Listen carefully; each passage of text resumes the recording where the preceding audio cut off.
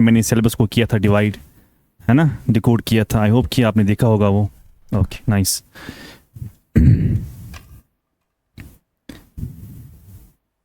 चलिए, let's start from the beginning. That is what we call as the subject is geography, है ना। सो आज आपने पहला ही जीएस का टॉपिक जो है वो ज्योग्राफी से हम स्टार्ट करेंगे। Clear, understood? Okay, so I won't ask you कि how many of you are from the geography background, because I will assume कि nobody is from the geography background. Clear? कि मैं ऐसे पढ़ाऊँगा कि मैं ये समझता हूँ कि किसी ने ज्योग्राफी आज पढ़ी नहीं है आफ्टर मैट्रिक, है ना। 10th के बाद आज तक हमने कभी ज्योग्राफी पढ़ी नहीं है। आई डोंट केयर कि आप एमफिल हैं, आप पीएचडी हैं, आप पीजी हैं, whatever you are, maybe you may be in PG in geography. सो मेरे लिए कोई मायने नहीं रखता है, पर मैं ये समझूंगा कि उनमें वो कितने लोग होंगे, वो एक होगा आप में से, दो होंगे आप में से मैक्सिमम। बाकी रेस्ट आप जो क्लास में हैं उनको ज्योग्राफी से कोई लेना देना होगा ही नहीं। क्यों? क्योंकि 10th के बाद आज तक हमें नहीं पढ़ा है। क्लियर? चलिए, अगर मैं ज्योग्राफी को स्टार्ट करता हूँ, लेकिन ज्योग्राफी को स्टार्ट करने से पहले सबसे पहला क्वेश्चन ये होता है कि sir what is the source, है ना। सोर्स का आई मीन से तो what are the books to be consulted, yes और no. So my point will be कि अगर मैं आपको बुक्स का नाम बताऊँ कि आप पढ़ेंगे घर में, it will take you months, 2 months, not less than that, not more than that. अगर आप ऑन ए सीरियस नोट पढ़ते होंगे 2 महीने से कम आपको नहीं लगेंगे खुद से, या 3 महीने भी आपको लग सकते हैं खुद से पढ़ने से। और वहाँ भी ऐसी कुछ चीज़ें हैं एनसीईआरटी में जो बहुत ही मुश्किल है। सो आई वुड सजेस्ट यू कि आप क्या करें, एक ही चीज़ आप करें, आप क्लास नोट्स पर ही आप क्या करें, फोकस करें। मैं अपने सब्जेक्ट के बारे में बताता हूँ, बाकी सब्जेक्ट जो टीचर पढ़ाते हैं वो आपको खुद बोलेंगे कि कहाँ से पढ़ना है, किधर पढ़ना है, कितना मेरे में पढ़ना है, क्या नहीं करना है, वो टीचर खुद ही आपसे डील करेंगे अपने अपने सब्जेक्ट के बारे में। But my concern is about geography. I must से कि आप क्या करें, आप क्लास नोट से ही पढ़ें। Clear? If anyone still wants to ask me sir नहीं पढ़ेंगे तो घर वालों को भी दिखाना कि हम पढ़ते हैं, है ना। सो गो फॉर एनसीईआरटी। एनसीईआरटी आती है क्लास 11th की 2 बुक्स आते हैं, याद रखना। 11th की 2 बुक्स आते हैं क्लास 11th की, 12th की भी 2 आती हैं बाय द वे, पर 11th की आप 2 लाना। एक है जो इंडिया फिजिकल है, मैं क्यों एनसीईआरटी पर ही फोकस करता हूँ, India physical. Second is fundamentals. So ये 2 बुक्स हैं जो आप ला सकते हो। बाय द वे कि इसको मैं कवर करता ही हूँ अपने क्लास नोट में ही, और and I don't dictate too much, I write each and everything on the board. Clear? So उसके अलावा और एक चीज़ है, जब मैंने लास्ट लेक्चर में भी ही कहा था कि एक लाइन लिखी गई है in physical and political division of India in world, है ना। सो अगर इंडिया को हम यहाँ करते ही हैं, लेकिन वर्ल्ड को हम क्या करेंगे, वर्ल्ड के लिए, वर्ल्ड क्या मैं कहता हूँ प्लस इंडिया भी, दोनों का अगर हम ये करते भी हैं, इसके लिए एक एटलस आता है, एटलस। एंड द एटलस जो है वो है school atlas, Orange Black Swan. Clear? Orange Black Swan. Clear?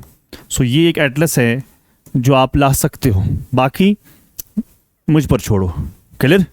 Understood? चले आगे।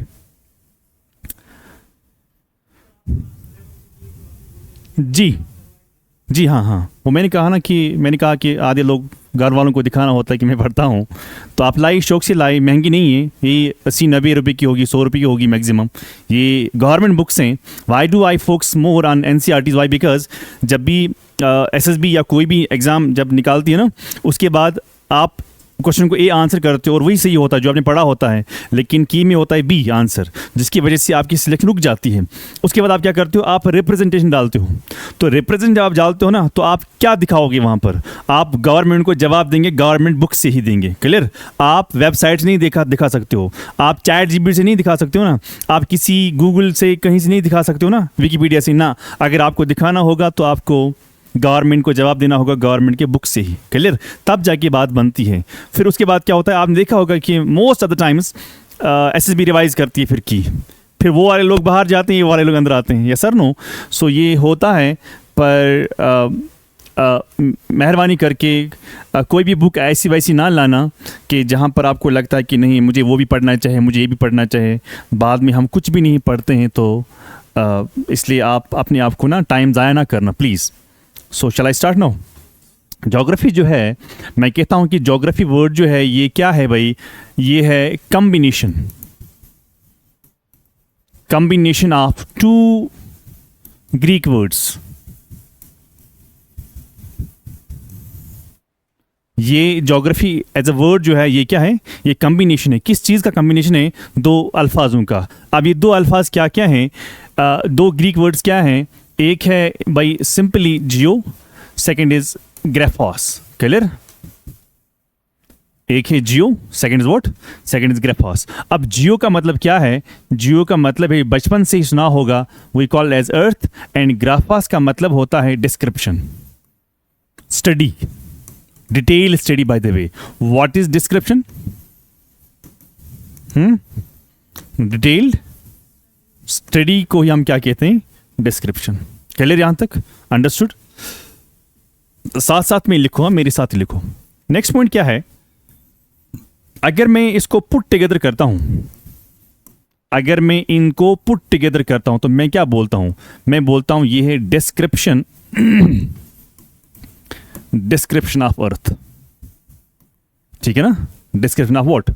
अर्थ. अगर मैं दो वर्ड्स को पुट टुगेदर करता हूं, I call it what?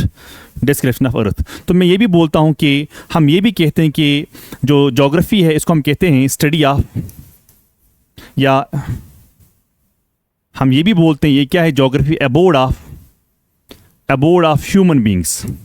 What's abode? हाँ, होम. यस, घर घर घर. In abode of what? Human beings. तो हम कैसे इसको कंक्लूड करेंगे? कंक्लूड किस सेंटेंस या किस अल्फाज से करेंगे? हम कहेंगे कि ज्योग्राफी जो है, यानी कंक्लूड मतलब स्कॉलर्स क्या कहते हैं इसके बारे में, geography, what geography is actually. तो स्कॉलर्स कंक्लूड ये करते हैं कि वो कहते हैं कि जो geography is the description of earth and study of what, या home of what? Home of man. So description of earth and abode of what? Human beings. So this is what we call as geography. Clear यहां तक? So what is now geography? ये description है. What is description? It is detailed study of what? Earth. Clear? या हम ये भी कह सकते हैं ये क्या है भाई? ये है abode of what? Abode of human beings. What's abode? Home, घर. किनका? इंसानों का. मैं ये नहीं कह सकता हूँ कि सिर्फ इंसानों का, क्योंकि यहाँ पर हम ज्योग्राफी डील करते हैं ह्यूमन बीइंग के साथ ही, इसलिए हम ह्यूमन बीइंग्स का ही नाम लेते हैं. यहाँ तक क्लियर? शाबाश. अब सेकंड पॉइंट क्या है कि हम कहते हैं कि जो प्राइमरी ऑब्जेक्टिव है, प्राइमरी या मेन ऑब्जेक्टिव जो है, प्राइमरी ऑब्जेक्टिव किसका? Primary objective. Primary objective of geography जो है वो क्या है? तीन वर्ड्स का खास ख्याल रखना. एक वर्ड है एक्सप्लेनेशन करना या एग्जामिनेशन करना. एग्जामिनेशन. सेकंड इज डिस्क्रिप्शन करना एंड थर्ड इज एक्सप्लेनेशन करना. आई होप कि you are getting my point. So तीन अल्फाजों का आपको यहां पर मेंशन करना होगा. Number one is examination. What do you examine here? Earth के बारे में आप डिस्क्राइब क्या करते हो? अर्थ के बारे में आप एक्सप्लेन क्या करते हो? अगेन अर्थ के बारे में. What do you explain? Earth के फिजिकल फीचर्स. फॉर एग्जाम्पल वहां पर पहाड़ है, आप इसको देखते हो कि ये पहाड़ वहां पर क्यों है, यहां पर क्यों नहीं है. अच्छा, वहां भी पहाड़ है, उधर भी पहाड़ है, क्या ये पहाड़ सेम है? अगर सेम है तो क्यों सेम है? अगर डिफरेंट है तो क्यों डिफरेंट है? इसमें कितनी चीज आ गई? दो. एक, आप देखते हो सिमिलरिटी एंड डिसिमिलरिटी. दूसरा, आप देखते हो कि किसकी वजह से ये सेम है और किसकी वजह से क्या है भाई?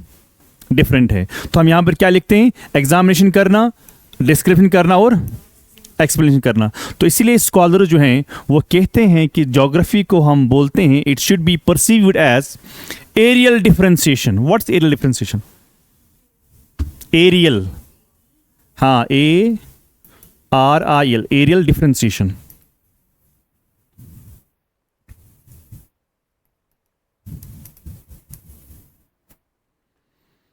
What's aerial differentiation?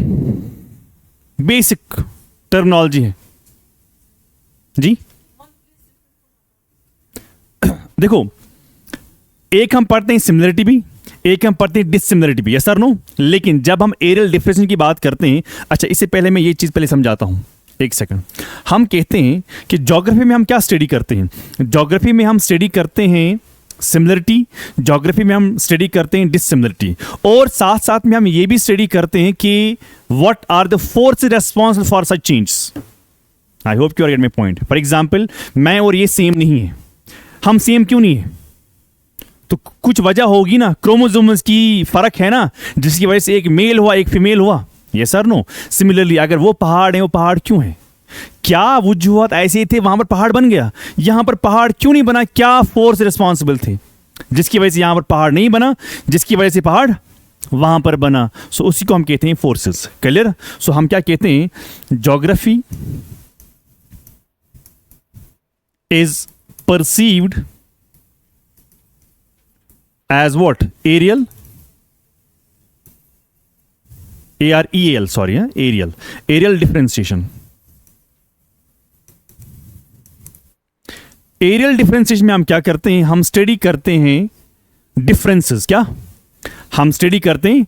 Differences between various physical features. इतना ही नहीं स्टडी करते हैं, बल्कि इसके साथ कौन से ऐसे फोर्सेस रेस्पॉन्सिबल हैं। तो व्हाट एरियल डिफरेंशिएशन? स्टडी करना व्हाट? स्टडी करना differences of various physical features. What's physical feature here? Plateaus, plains, mountains, plains, coastal plains, islands, जो भी हमारे पास फिजिकल फीचर हैं, उनमें क्या करना? स्टडी। सिमिलरिटी और डिसिमिलरिटी? डिसिमिलरिटी स्टडी करना। और सेकंड, हमें ये भी चीजें देखनी होगी, एसोसिएटेड। Associated what? फैक्टर्स। मैं आपको एग्जांपल देता हूं समझाने के लिए। फॉर एग्जांपल, अगर मैं इसकी एग्जांपल लेता हूं, क्रॉपिंग पैटर्न। क्रॉपिंग पैटर्न, बताइए मुझे, क्रॉपिंग पैटर्न जे&के का और तमिलनाडु का सेम है? Why not? कुछ फैक्टर्स एसोसिएटेड हैं। सो मैं यहां पर लिखता हूं, cropping pattern of जे&के and Tamil Nadu is not what? Is not same. क्या सिर्फ आपको इतना ही देखना है कि ये सेम नहीं है, कि ये भी देखना होगा कि what are the force associated? What are the forces associated? So forces associated क्या क्या हैं? फोर्सेस एसोसिएटेड, मुझे बताएं, वहां की सॉइल यहां की सॉइल सेम है? No. So soil will be the what? Associated factor. वहां का क्लाइमेट यहां का क्लाइमेट सेम है? I will say no. सो वहां का क्लाइमेट यहां का क्लाइमेट जो है वो सेम नहीं है, इसीलिए हम क्या कहेंगे भाई? This is the factor, associated factor. अच्छा, जो वहां के लोग खाते हैं, खाना पीना उनका, क्या हमारा खाना पीना सेम है? जो चीज वहां मार्केट में ज्यादा अवेलेबल होगी वो यहां पर होगी, जो यहां पर ज्यादा अवेलेबल होगी वो वहां पर होगी। अरे भाई, जिसका मतलब ये हुआ कि जिस चीज के साथ हम ज्यादा डील करते हैं, फॉर एग्जाम्पल आप राइस खाते हो ना? आप दिन में भी खाते हो राइस, आप शाम में भी खाते हो राइस। तो राइस हमारा क्या बन गया? एक स्टेबल क्रॉप। आप जाए लद्दाख, बिल्कुल इमीडिएटली हमारे बाद में लद्दाख में, क्या वो भी लोग ये करते हैं? नहीं। वहां पर आप क्या देखते हो, वो क्या करते हैं? वो मेज का इस्तेमाल ज्यादा करते हैं। हम राइस का इस्तेमाल ज्यादा करते हैं, वो मेज का इस्तेमाल ज्यादा करते हैं। For example, you go to Bihar, you go to UP, वहां पर आप नहीं देखोगे कि लोग चावल ज़्यादा इस्तेमाल करते हैं। फॉर एग्जांपल, हमें यहाँ पर बहुत सारे लोग जो काम करते हैं यहाँ पर मजदूरी, जो बिहार से यहाँ पर आते हैं, चाहे वो मिस्त्री का काम हो, चाहे वो प्लस्तर का काम हो, चाहे वो जो भी काम करता है ना, उसको हम क्या देते हैं यहाँ पर? जो हम खाते हैं। हम राइस दिन में भी खाते हैं, हम राइस शाम में भी खाते हैं। जब भी वो हमारे घरों में आते हैं, हम उनको फूड प्रोवाइड करते हैं ऐसे जैसे हम खाते हैं। लेकिन वहाँ के लोग जो वो लोग हैं, वो ज़्यादातर उनका एसोसिएशन नहीं है किसके साथ? राइस के साथ। वो ज़्यादातर वहाँ पर रोटियाँ और दाल खाते हैं। क्लियर? सो उनका रहन सहन, उनका उठना बैठना, खाना पीना हमसे क्या है? अलग है। तो अगर मैं यहाँ पर देखूँ कि जो हम लोग हैं और जो आंध्र प्रदेश है, आंध्र प्रदेश और हम दोनों राइस खाते हैं, लेकिन तमिलनाडु जाओ राइस आपको इस तरह नहीं मिलेगा। इसका मतलब ये नहीं हुआ कि आप ये समझते हो कि वहाँ पर राइस है ही नहीं। भाई है, राइस है, लेकिन लोग कंज्यूम ज़्यादा नहीं करते हैं जिस तरह हम करते हैं। इसलिए मैंने बोला कि soil, climate, market, technology etcetera. So आप क्या पढ़ते हो, आप दो दो चीज़ें पढ़ते हो, एक पढ़ते हो कि वेरिएशन क्या है, और सेकंड ये पढ़ते हो कि वेरिएशन क्यों है। क्लियर? आई होप कि all of you are getting my point, all of you getting. चलते हैं आगे, सबने लिखा? चलो मैं आगे। चलिए अब हम ये भी देखते हैं कि सबसे पहले दुनिया में जो स्कॉलर्स हैं या जो जोग्राफर्स हैं वो भी ग्रीस के ही थे। पर इसका मतलब ये ना समझना कि ग्रीक वर्ड्स जो हमारे पास दो है ना, जियो एंड ग्राफोस, इसका मतलब ये ना समझना कि इसीलिए ज़रूरी क्या होंगे, वहाँ के ही होंगे, ऐसा इस बेस पर ना कहना। बल्कि हाँ, अगर हम ट्रेस को कोशिश करते हैं देखने की, अगर हम जोग्राफर्स को देखने की कोशिश करते हैं कि सबसे पहले जोग्राफर्स जो आए हैं इस दुनिया में वो कहाँ से उठे हैं, वो उसी कंट्री से उठे हैं, ग्रीस से country of which continent, Europe. हाँ, सो हम यहाँ पर लिखते हैं Greeks are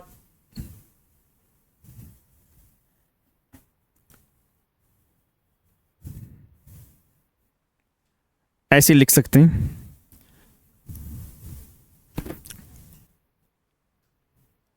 Greeks are supposed to B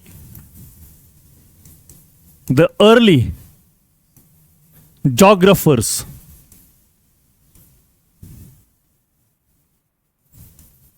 yes or no, early geographers. तो ग्रीक्स को माना जाता है, अगर दुनिया की हम बात करेंगे, सबसे पहले जो स्कॉलर्स उठे हैं जोग्राफी के। I am not talking about history, economics वगैरह वगैरह ना, मैं सिर्फ जोग्राफी की बात करता हूँ।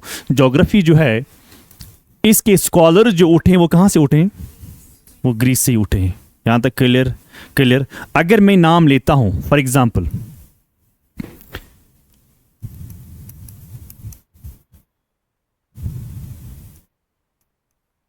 हिकेटियस एंड थियोफेरस्टस, नाम सुना है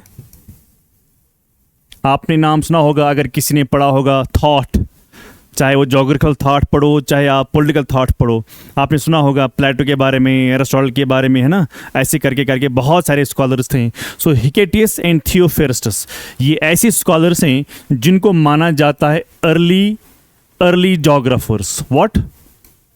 early geographers. So early geographers किनको माना जाता है? दो स्कॉलर्स को। Number one is Hecataeus, number two is what? Theophrastus. लेकिन जो ये थियोफेरस्टस है,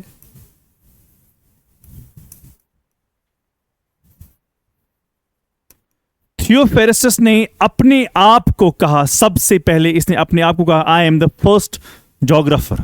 ये इसने खुद कहा अपने आप को। देखो, इन दो को माना जाता है अर्लीस्ट जोग्राफर्स, लेकिन जो थियोफेरस्ट है, he called himself as what? As first what? Geographer. उसने अपने आप को खुद कहा कि मैं क्या हूं भाई, मैं फर्स्ट जोग्राफर हूं। समझ आया? आपने पढ़ा होगा इमैनुअल कांट के बारे में, कांट, नेवर एवर। आपने पढ़ा होगा, इंग्लिश में पढ़ा होगा उसके बारे में, पॉलिटिकल साइंस वालों ने पढ़ा होगा उसके बारे में, सोशियोलॉजी वालों ने उसके बारे में पढ़ा होगा। देखो, पॉलिटिकल साइंस वाले, सोशियोलॉजी वाले, इंग्लिश वाले पढ़ा होगा इसके बारे में। जिन्होंने फिलॉसफी पढ़ी होगी, कांट तो आपने ज़रूर पढ़ा होगा। कांट एक ऐसा स्कॉलर है, बहुत ही फेमस है जोग्राफी में भी, Immanuel Kant, KANT can't. Can't ऐसा स्कॉलर है जो पहला बंदा है वो जिसने डिफाइन किया स्कोप ऑफ ज्योग्राफी। क्या यानी स्कोप ऑफ ज्योग्राफी क्या है, वो किसने डिफाइन किया? कांट ने। नंबर टू, ये ऐसा बंदा है जिसने ज्योग्राफी को अलग किया from the history. What does it mean जिसने ज्योग्राफी को अलग किया फ्रॉम द हिस्ट्री? इससे पहले फिर क्या था? इससे पहले ज्योग्राफी हिस्ट्री एक ही सब्जेक्ट माना जाता था। सो ज्योग्राफी को अलग करना फ्रॉम व्हाट? हिस्ट्री से, और स्कोप डिफाइन करना ज्योग्राफी का, ये दिस क्रेडिट गोज होम। हाँ, सो कांट जो है, कांट ने क्या किया है? Defined the scope of what? Scope of geography. एक तो ये इसने किया। सेकंड, उसको ये भी क्रेडिट मिलता है, कौन सा क्रेडिट? कि उसने ज्योग्राफी को अलग किया फ्रॉम व्हाट? हाँ, ही separated geography from what? From history. अब देखो हिस्ट्री क्या होता है और ज्योग्राफी क्या होता है। उसने कहा कि ज्योग्राफी जो है, geography is chorology, not chronology, chorology.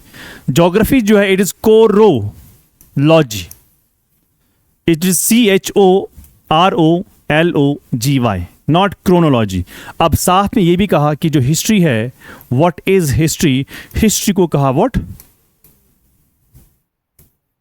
Chronology. So what is chorology and what is chronology.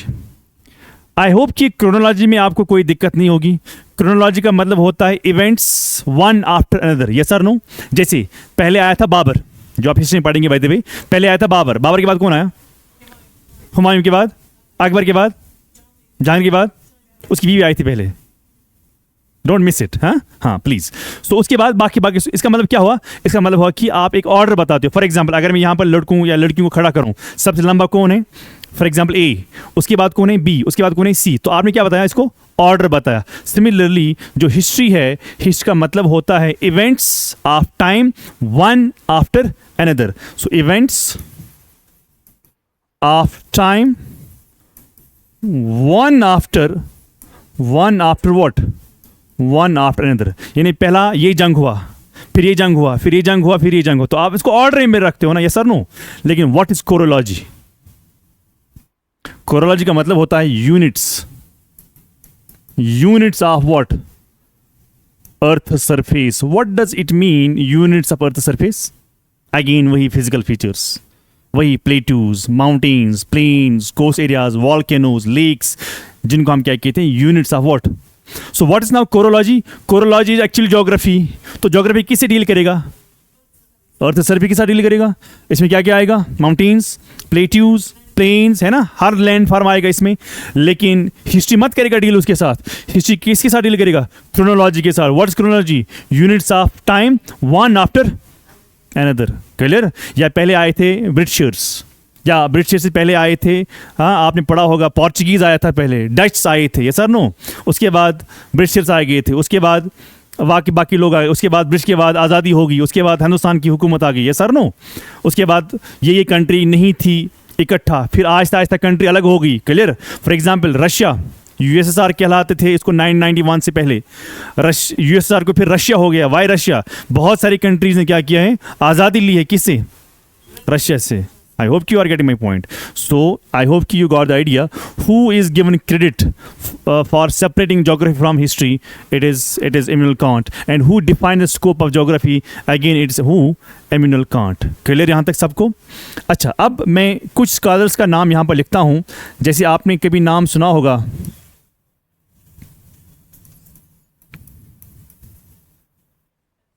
एरिस्टोस्थेनेस, not Aristotle, father of biology, father of political science, ये सर नो, एरिस्टोटल, ये एरिस्टोस्थेनेस।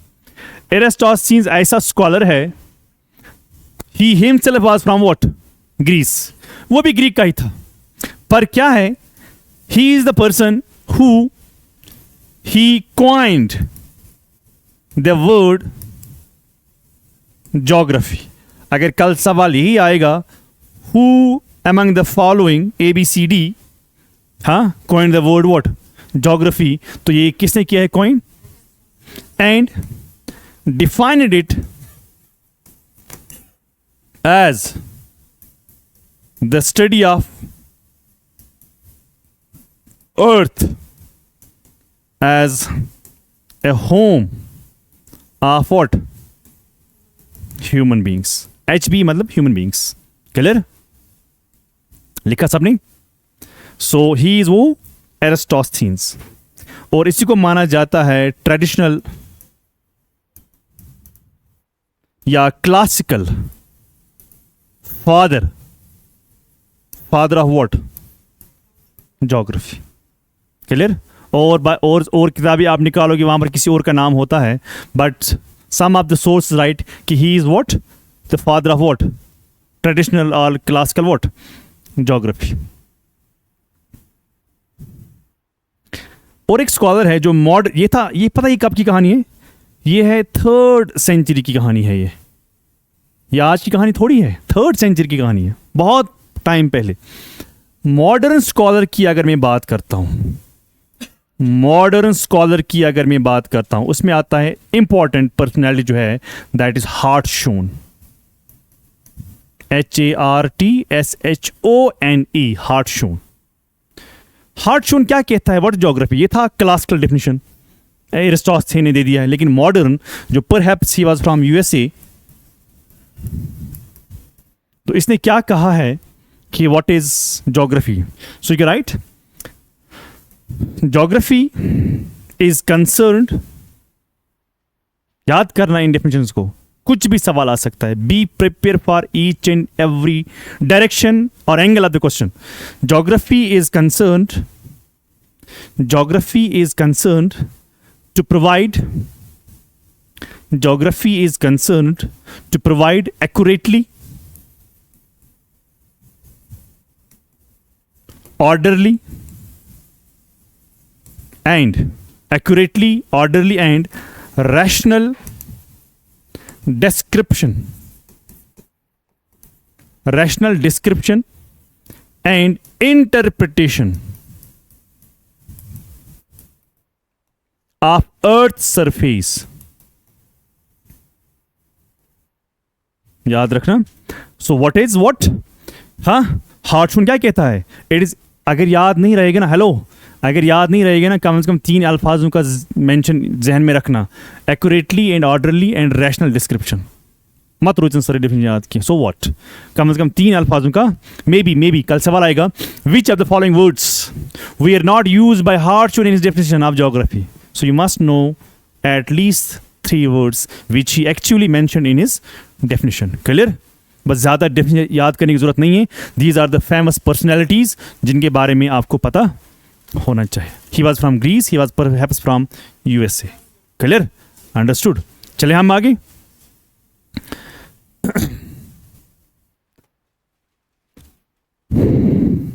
Second heading जो है, that is shape and size of what?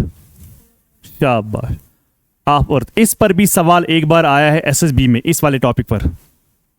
Shape and size of earth जो है, कैसी हमारी अर्थ है, किस तरह दिखती है, क्या रियली में ऐसी दिखती है जैसे बोला गया था पहले? तो आजकल के स्कॉलर्स क्या बोलते हैं कि कैसी हमारी अर्थ है? सबसे पहले अगर मैं ये अल्फाज लिखूं, जैसे कि for example, how many of you are from background, those who have background called science background. Science आपने फिजिक्स पढ़ा होगा, केमिस्ट्री पढ़ी होगी, है ना। हम कहते हैं ना अक्सर तौर पर, जब आप पहली बार क्लास 11th में जाते हो तो पहली बार सर आपसे पूछता है कि अच्छा क्या नाम है आपका? मेरा नाम है XYZ। अच्छा फिजिक्स है ना, आपने लिया है subject, now tell me what is physics, है ना। तो आप बोलते हैं ना, physics is a subject which deals with the study of rajma dal. क्यों होता है? Which deals with study of what? Nature. नहीं पढ़ा है आपने?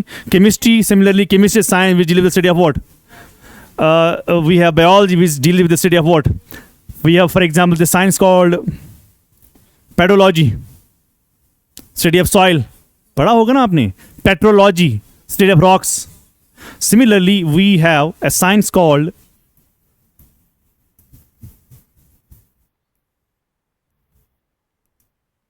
जियोडेसी। सो जियोडेसी भी एक क्या है भाई? साइंस है। सो आप क्या लिखेंगे? Geodesy is a science which attempts, याद रखना, which attempts to determine, which attempts to what? Determine shape and size of earth by surveys and mathematical calculations. लिखो, this is the definition of what? Geodesy. So what is geodesy? Size of what? Earth. लिखा। तो हमारी shape कैसी है, size कैसा है, वो हम बाद में देखते हैं। लेकिन इस शेप को और इस साइज को, हाँ, जो हम देखते हैं अर्थ की, उसको, उस साइंस को ही हम क्या कहते हैं? जियोडेसी। आ सकता है ना क्वेश्चन? जैसे पिछले वाले SI आई थिंक क्वेश्चन आया था, study of rocks is known as, है ना, वो पेट्रोलॉजी था। कल आएगा for example study of soil भी आपका टॉपिक है, सॉइल को क्या कहते हैं, पेट्रोलॉजी। सिमिलरली जब आप shape and size of earth को देखते हो that is called what, geodesy. आपने सुना होगा, बचपन से ही नाम सुना होगा, आज भी सुना होगा।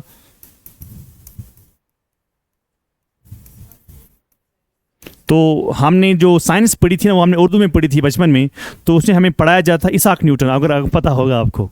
तो but it's actually what, Isaac Newton. तो न्यूटन कहता है, न्यूटन वो कहता है रिगार्डिंग व्हाट, वो कहता है कि जो हमारी अर्थ है और जो बाकी जितने भी सारे गोले हैं ऊपर, गोले आई मीन से प्लैनेट्स, है ना, can not be perfectly spherical. ये उसकी अपनी ऑब्जर्वेशन थी कि भाई ये जो हमारी अर्थ है और जितने भी ऊपर ये घूम रहे हैं what, planets, it can not be completely what, spherical. ये उसकी अपनी ऑब्जर्वेशन थी on the base of some proofs जो उसने ऑब्जर्व किया था। उन ऑब्जर्वेशन पर उसने बताया कि ये परफेक्टली स्फेरिकल नहीं हो सकती है। उसने कहा कि अर्थ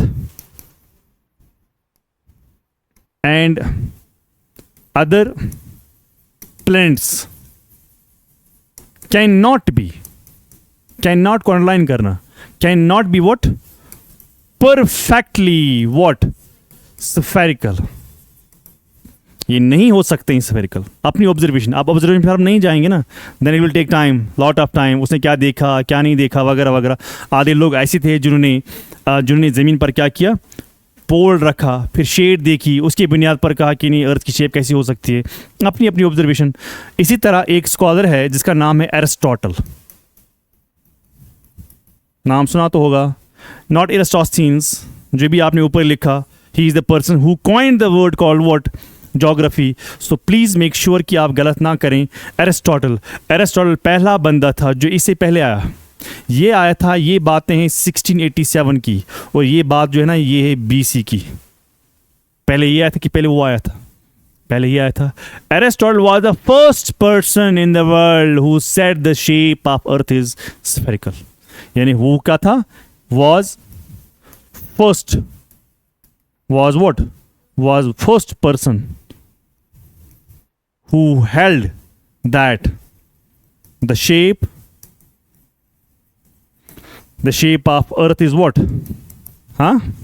spherical। शाबाश। आपने ये भी सुना होगा बचपन की किताब में, फर्डिनेंड मैगेलन, सुना है मैगेलन की कहानी, who made a voyage around the world, yes और नो, जिसने पूरी दुनिया के इर्द गिर्द क्या किया, घूमा। हाँ, उसका नाम था फर्डिनेंड मैगेलन। फर्डिनेंड मैगेलन ने कहा कि जो शेप है किसकी, शेप ऑफ अर्थ जो है वो क्या है, वो है राउंड। लिखो, शेप ऑफ अर्थ जो है वो क्या है, राउंड। अगर हमें आज देखना होगा, आज की साइंस क्या हमें समझाती है कि what the shape of earth, exactly. तो मैं ये लिखा सबने, ऑलमोस्ट डन।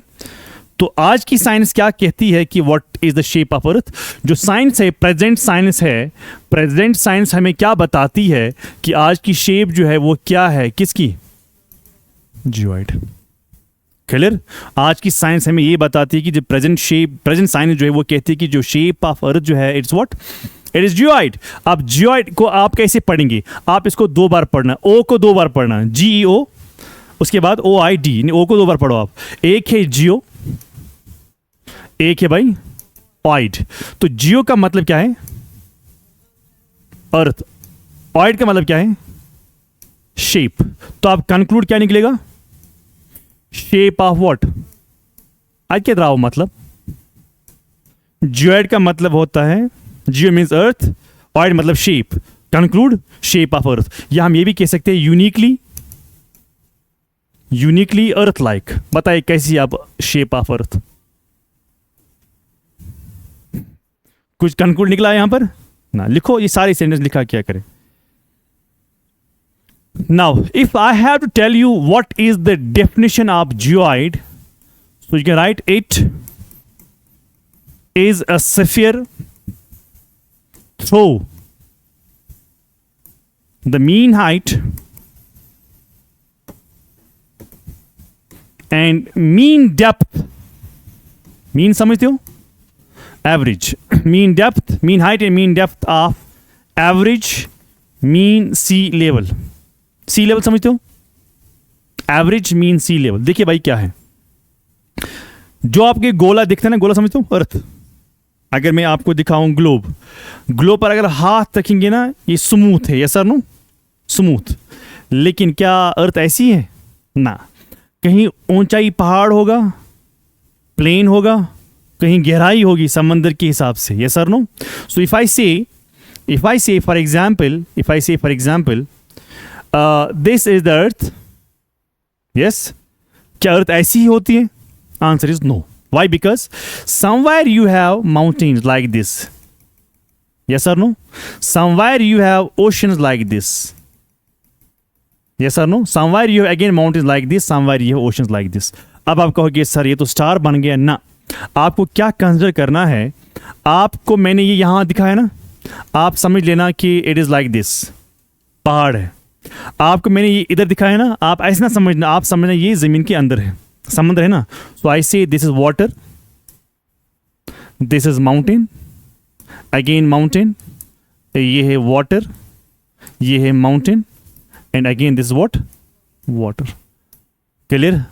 सो अगर ये अर्थ है, ये अगर अर्थ है तो कहीं अर्थ ऊपर भी होगी, कहीं नीचे भी होगी, कहीं ऊपर भी होगी, नीचे भी होगी। So average height and average depth of mean sea level समझते हो?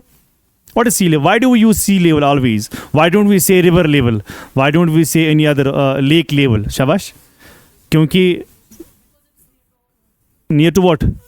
क्या? Land, not earth. हाँ, तो आपको ये समझना है कि जब भी हमें किसी चीज़ की मेजरमेंट करना होगा तो हमें समंदर हर जगह नज़दीक नहीं, लेकिन सी हमेशा हमेशा क्या होगा, कहीं ना कहीं नज़दीक होगा। Second, every sea is connected. For example, अगर ये मेरे घर में एक बाल्टी, क्या बोलते हैं इसको, टब हम कहते हैं। सो अगर मैं इसमें रखूं पानी, इतना पानी रखूं, क्लियर, फिर मैं इसके अंदर एक पत्थर डालूं, इसका मतलब ये निकलता है आपके हिसाब से कि पानी यहां पर थोड़ा ऐसे रहेगा? नो। सो जहां जहां आप जो भी डालोगे ना, ऊपर लेवल जो है ना, वो क्या होगी, वो सेम ही होगी, वो चेंज नहीं है। Every sea is connect with other sea, बताइए लेवल क्या होगी, लेवल सेम होगी ना, इसलिए हम कहते हैं सी लेवल। क्लियर? अब मुझे बताइए, क्या अर्थ रुकी हुई है या अर्थ रोटेट कर रही है? कभी रुकती है, यानी शाम को थक जाती है, उसके बाद थोड़ा आराम करती है, नेक्स्ट डे फिर मोशन में आती है? नो। सो अर्थ जो है, अर्थ ऑलवेज रोटेट्स। ऑलवेज का मतलब है it continuously rotates, it does not stop. फिर आप इसको रिलीजन लगाएंगे कि जब महराज पर गए थे तब अर्थ रुक गई थी, भाई वो रिलीजन मत लगाना सब्जेक्ट में, क्योंकि आपको सवाल नहीं पूछा जाएगा रिलीजन के हिसाब से, आपको सवाल पूछा जाएगा साइंटिफिक एविडेंस के हिसाब से। आई होप कि you are getting my point. Clear? So हम ये लिखते हैं, अर्थ जो है ये कंटिन्यूसली रोटेशन में, यस और नो, कंटिन्यूसली, कि शाम को थोड़ा आराम करती है आपकी तरह। कितने आवर्स पढ़ना स्टार्ट किया आपने, सच बोलो, दिल पे हाथ रख के बोलना, कितने आवर्स स्टार्ट किया पढ़ना? आज से स्टार्ट करना है। मैंने कल भी शायद, आई होप कि आप मेरे पहले लेक्चर में थे, जब पहली ओरिएंटेशन थी, उसमें मैंने कहा कि जितने भी लड़के आप में हैं जिन्होंने हाथ खड़ा भी किया था, उन्होंने कहा कि हम 2 साल 3 साल के बाद हमने पढ़ना स्टार्ट किया। सो अगर वो पहले से 10 घंटे 8 घंटे पढ़ना स्टार्ट करेंगे तो 10 दिन के बाद उनका हाल कुछ अलग होगा, उसके बाद पढ़ाई छोड़नी होगी। बेहतर है कि आप ऐसा ना करें। हाँ, अगर आप कॉलेज पास आउट हैं देन आपका कंटिन्यूसली स्टडी करना होगा 10 आवर्स, तब तक जब तक आपका एग्ज़ाम ख़त्म हो जाएगा। क्लियर? मेहनत करो, ये ना समझना कि मैं मेहनत कर रहा हूँ और कोई नहीं कर रहा है। हर किसी को लगता है कि मैं मेहनत ज़्यादा कर रहा हूँ, ह्यूमन नेचर ऐसा ही है ना, हर किसी को लगता है कि मैं अच्छा हूँ, हर किसी इंसान को लगता है कि मैं ही अच्छा हूँ, हर काम में उसको लगता है कि मैं अच्छा हूँ। नहीं, ऐसा थोड़ी है। हर किसी इंसान को लगेगा, अगर ये कहती है कि मैं पढ़ती हूँ 7 घंटे, मैं बहुत थक गई, तो इतना कौन पढ़ता होगा, ये गलत फहमी है। दूसरा बंदा पढ़ रहा है 8 घंटा, तीसरा पढ़ रहा है 9 घंटा, चौथा पढ़ रहा है 10 घंटा। तो ये ना समझना कि 7 आवर्स पढ़ता है दिन में, उसको लगता है बस मैं ही पढ़ती हूँ, मैं ही पढ़ता हूँ। इट्स रॉन्ग, ये मिसकॉन्सेप्शन है आपको, ये आइडिया ही ख़राब है कि सिर्फ मैं ही पढ़ती हूँ, मैं ही पढ़ता हूँ। हाँ, तो हर कोई पढ़ता है और आपसे ज़्यादा पढ़ता है, लिख के लेना है। अच्छा, अर्थ जो है ये क्या करती, ये कंटिन्यूसली, ये क्या है, रोटेशन में. सो earth rotates continuously.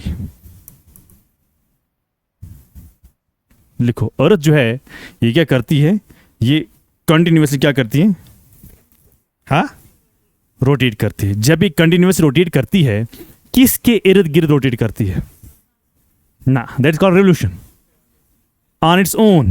So for example if this earth, हम कहते हैं ना, बचपन सुना होगा नॉर्थ पोल, बचपन से सुना होगा व्हाट, साउथ पोल. सो एक इमेजिनरी लाइन ज्वाइन करती है, दैट इज कॉल्ड एक्सिस, है ना, पोलर एक्सिस. इसी एक्सिस के इर्द गिर्द क्या करती है, घूम रही है. अब बताइए, घूमना ये कौन सी डायरेक्शन होगी, वेस्ट, ये ईस्ट. बताइए, अर्थ ऐसी जा रही है कि अर्थ ऐसी जा रही है, भाई एक ही डायरेक्शन है इसका, इसका एक ही डायरेक्शन है. मैं रिलीजन को यहां पर फिर से नहीं मिलाऊंगा, मैं साइंस की बात यहां पर करूंगा. इसका एक ही डायरेक्शन है, एक ही डायरेक्शन में घूम रही है. या तो ये घूम रही होगी ऐसे, और या तो ये घूम रही होगी ऐसे, यानी या तो ये घूम रही होगी ऐसे, और या तो ये घूम रही होगी ऐसे, पर डायरेक्शन एक ही है. सो अगर मैं यहां पर देखूं वेस्ट, ये मैं क्या देखूं, ईस्ट, तो अर्थ जो है ना, अर्थ ऐसे घूम रही है. क्लियर, अर्थ घूम रही है ऐसे. मुझे बताए ये क्लॉकवाइज है कि एंटी क्लॉकवाइज है. Clear. So earth rotates in what direction. अच्छा मुझे बता, आप इस फैन को देखते हो, क्या लग रहा है आपको, किस डायरेक्शन में घूम रहा है.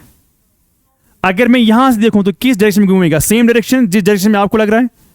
नो, यस सर, नो, नहीं, नो आइडिया. ये फैन है ना, फैन, जरा आप इसको घुमाओ थोड़ा सा, कैसे घूम रहा है, इन विच डायरेक्शन, क्लॉकवाइज. अगर आप ऐसे देखोगे तो एग्जैक्टली, ये बात आपको ध्यान में रखना. अगर मैं अर्थ को देखता हूं from what we call as north pole, तो ये किस डायरेक्शन में घूम रही होगी. अच्छा, अगर मैं साउथ पोल से देखूं तो, अच्छा ये ग्लोब, छोटा सा source,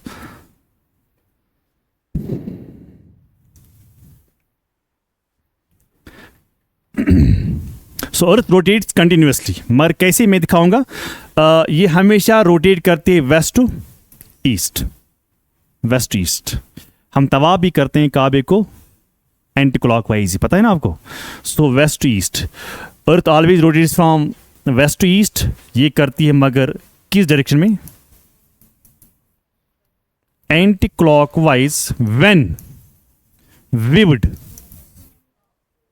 from north pole. Clear. अच्छा, clockwise, clockwise when viewed, viewed from what, south pole. देखिए भाई क्या है, शुक्रिया, लिखो आप पहले.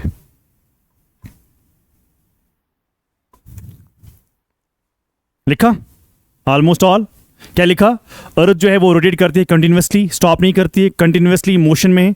सेकंड आपने लिखा ये वेस्ट कहां जा रही है, ईस्ट. क्या मैंने ईस्ट वेस्ट लिखा, west east, anticlockwise, but when viewed from what, north pole. अच्छा, अगर ये सवाल नहीं आया, वहां पर आपको डायरेक्ट स्टेटमेंट आया, अर्थ rotates in which of the following, वहां पर दोनों ऑप्शन होंगे, क्लॉकवाइज भी एंटी क्लॉकवाइज. बोलो दोनों में से किसको मार्क करोगे.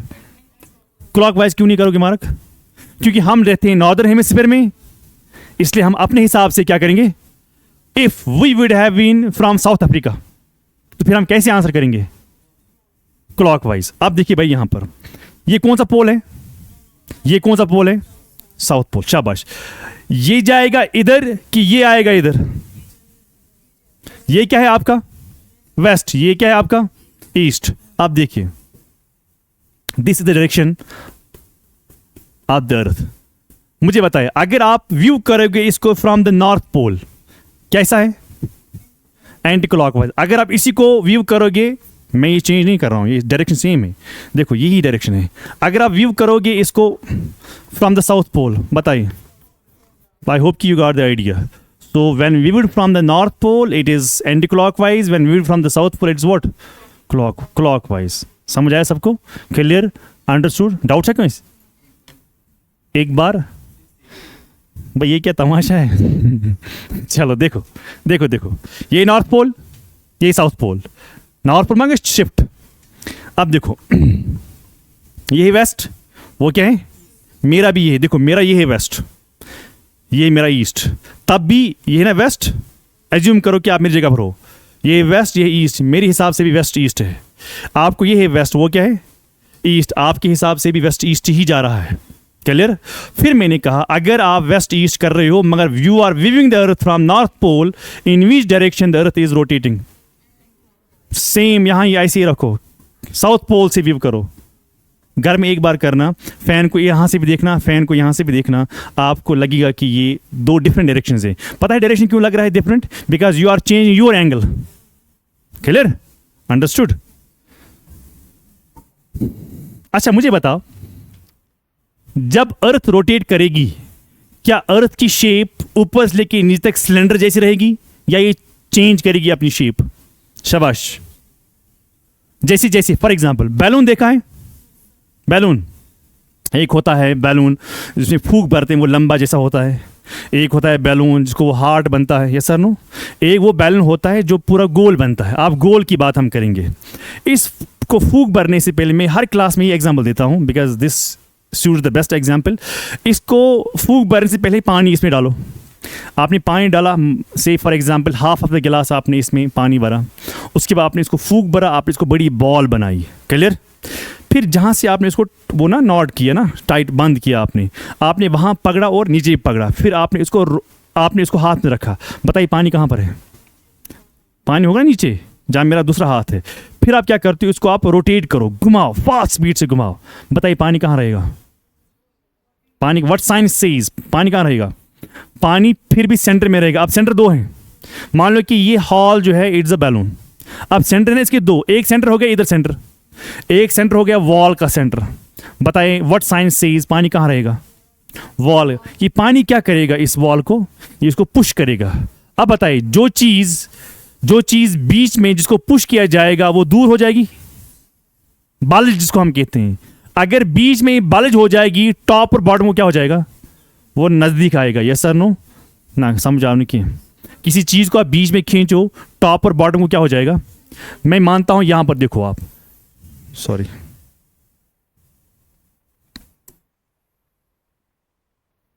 यहां पर देखिए आप, ये है कोई, मान लो कि ये है अर्थ। क्लियर? आप इसको खींचो, टॉप और बॉटम क्या हो जाएगा? ऐसे नहीं होगा। तो इसी तरह क्या होता है, इसको आप इस लाइन को आप मानते हैं, लाइन कौन सी लाइन है? इक्वेटर। तो ये क्या है भाई? Axis, polar diameter. शाबाश।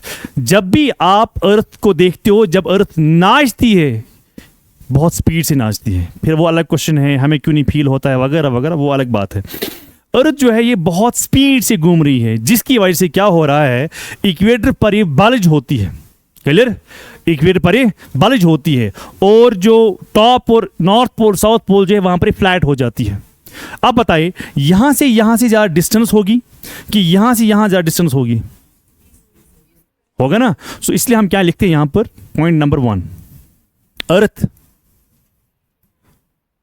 Is slightly bulged. बल्ज क्या होता है? वाइड, है ना, बल्ज होना। Bulged at equatorial diameter. Diameter समझते हो, पढ़ना है ना मैथ्स में आपको। तो बताएं, एक रेडियस नहीं, डायमीटर की बात कर रहा हूं। यहां से लेके यहां तक ज्यादा डिस्टेंस होगी as compare to from here to here. Yes sir no? It is 12,757 kilometres. How much? 12,757 sorry 57 what? Kilometre, not metre. ये अर्थ है ना, मैं अर्थ की सर्कमफरेंस बोल रहा हूं कि अर्थ का डायमीटर बोल रहा हूं। सर्कमफरेंस क्या होता है? पूरा इतना। मैं इतना मत कह रहा हूं, मैं कहता हूं आप सेंटर से ऐसे रखो, सेंटर से फॉर एग्जांपल बताइए, अगर मैं इसको सुराख करूं ना, यहां से सुराख करूं, कहां निकलेगा? इधर से। सो यहां से लेके यहां तक बन गया डायमीटर। बना। अच्छा, यहां से लेके सुराख करूं कहां जाऊं, तो इसको हम कहते हैं अगर मैं यहां ले लूं, ये क्या बन गया, ये बन गया डायमीटर, नहीं ये बन गया सर्कमफ्रेंस। तो डायमीटर क्या होगा, इस पॉइंट लेके, पर condition should be it should pass through the centre. हनीमा को करे दिस सुराख यहां से निकल जाऊंगा, इज द डायमीटर ना, डायमीटर की खासियत ये है कि it must pass through the centre. तो जो इसका अंदरूनी सेंटर होगा वहां से ही निकलना चाहिए। अच्छा, जो second point, earth is slightly flattened at polar, इसको भी हम लिखते हैं diameter, polar diameter, that is 12,714 kilometers. I will tell you what SSB has asked in some paper back. I don't remember ये कौन सा ईयर था और ये कौन सा पेपर था, but I remember the question. यहां तक क्लियर हुआ? यानी इसमें और इसमें अब कितनी फर्क है, ये ना। देखो एक चीज, आप अगर आप घर जाएंगे गूगल करेंगे, आप वहां पर देखोगे शायद वहां लिखा होगा 12,756 मे बी। आप कहोगे सर आपने ये बताया, बिकॉज ये ऐसा नंबर है जो most of the books accept करते हैं और यही नंबर लिखते हैं। अगर आप गूगल में ये वाला देखोगे, कल ये ना बोलेंगे सर आपने ये बताया, गूगल में ये था। क्लियर? सो जहाँ से आप जाओगे ना, मैं वहाँ से आया हूँ, हाँ, इसलिए बेहतर है कि आप मेरा ही सुने। Clear? So what the difference then between equatorial and this polar diameter? How much? 43 kilometre. ये 43 किलोमीटर जो है, अर्थ मेरे हिसाब से अगर मुझे 43 किलोमीटर जाना होगा, आई विल से ये बहुत ज़्यादा है, लेकिन अर्थ के मामले में 43 किलोमीटर कितना है, बहुत कम है। So it's a minute difference, ज़्यादा डिफरेंस नहीं है। पर ये डिफरेंस क्यों आती है? रोटेशन की वजह से। सो ये लास्ट पॉइंट, अब हम क्लास हो गई तो लास्ट पॉइंट यहाँ पर लिखूंगा, this difference is because of what? rotation. अब सवाल मेरा ये है, यहां देखो, इधर पे अटेंशन करो, मुझे बताओ, सारी मुझे बताना, जो ये वाली लाइन है ये बड़ी है, सॉरी, जो ये वाली लाइन है ये बड़ी है एज कंपेयर टू दिस। इसको मैं क्या कहूं, अब इस वाली को equatorial diameter, yes sir no, शाबाश। ये छोटी है, इसको मैं क्या कहूं, पोलर डायमीटर। क्लियर? इसको मैं कहता हूं मेजर एक्सिस, समझ आवा? इसको मैं क्या कहता हूं, माइनर एक्सिस। ये इमेज में लिख के रखना, ये इमेज में लिख के रखना, मेजर और माइनर एक्सिस। अब मेरा सवाल है, क्वेश्चन आया था, मेरा क्या है, क्वेश्चन आया था एसबी के द्वारा, क्वेश्चन आया था, question, earth rotates around a major axis, minor axis, C and D I don't remember the option, but answer है इन्हीं दो में। बताइए किस में माय और क्यों? सवाल का जवाब इस साथ में बताओ ना, कैसे?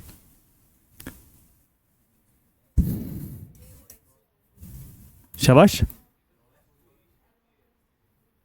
देखो सुनो, अगर मैं इस, देखो ये है ना, यहां से यहां तक पाइप है ना, ये माइनर है कि मेजर है, माइनर है। सेकंड पाइप में यहां से डालूं, वो जहां निकलेगी कहां से, यहां से। अब बताइए मुझे ये किसके इर्द गिर्द घूमती है,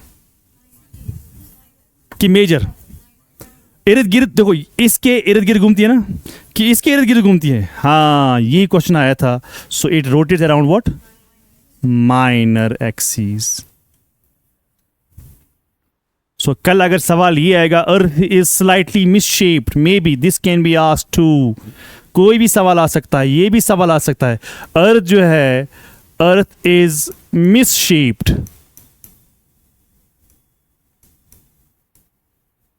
मिसशेप क्या होता है? जो प्रॉपर शेप में नहीं है। What's proper in shape?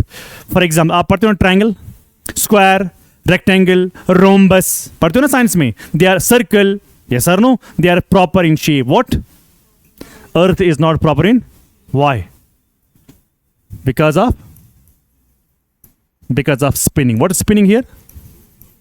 Rotation. समझ आवा? तो ये सवाल आया था एसएसबी में. आई डोंट रिमेंबर कि किस वाले एग्जाम में और किस वाले डेट में, और ये सवाल आया था. Repeat, which one? ये वाला. Earth is मिसशेप्ड. मिसशेप का मतलब होता है it is not in proper shape. Why? Because of spinning. What is spinning? Rotation. अगर अर्थ से एज्यूम करेंगे हम, अगर अर्थ रोटेट ना करती होती, अर्थ की शेप कैसी होती? से एज्यूम हम करेंगे, इफ हम we assume earth is not spinning, earth is stationary. What do you think? What kind of a shape earth will have? I must say, miss shape का अल्फाज नहीं आएगा. I must say it is proper in shape. Yes और no? So अगर इसकी shape डल जाती है, वो शेप डलने का कारण एक ही है. वो कारण क्या है? अब मिस शेप का अल्फाज जो है, जो मैंने यहां पर रखा, it is because of rotation. अब रोटेशन को रोक दो, मिस शेप का अल्फाज भी आप रोक सकते हो ना, फिर आपको बोलना होगा प्रॉपर इन शेप. सो नाचने की वजह से अर्थ की शेप क्या हो जाती है? डल जाती है. समझ आया? बस चलो, थैंक यू वेरी मच. बाकी कल इंशाल्लाह.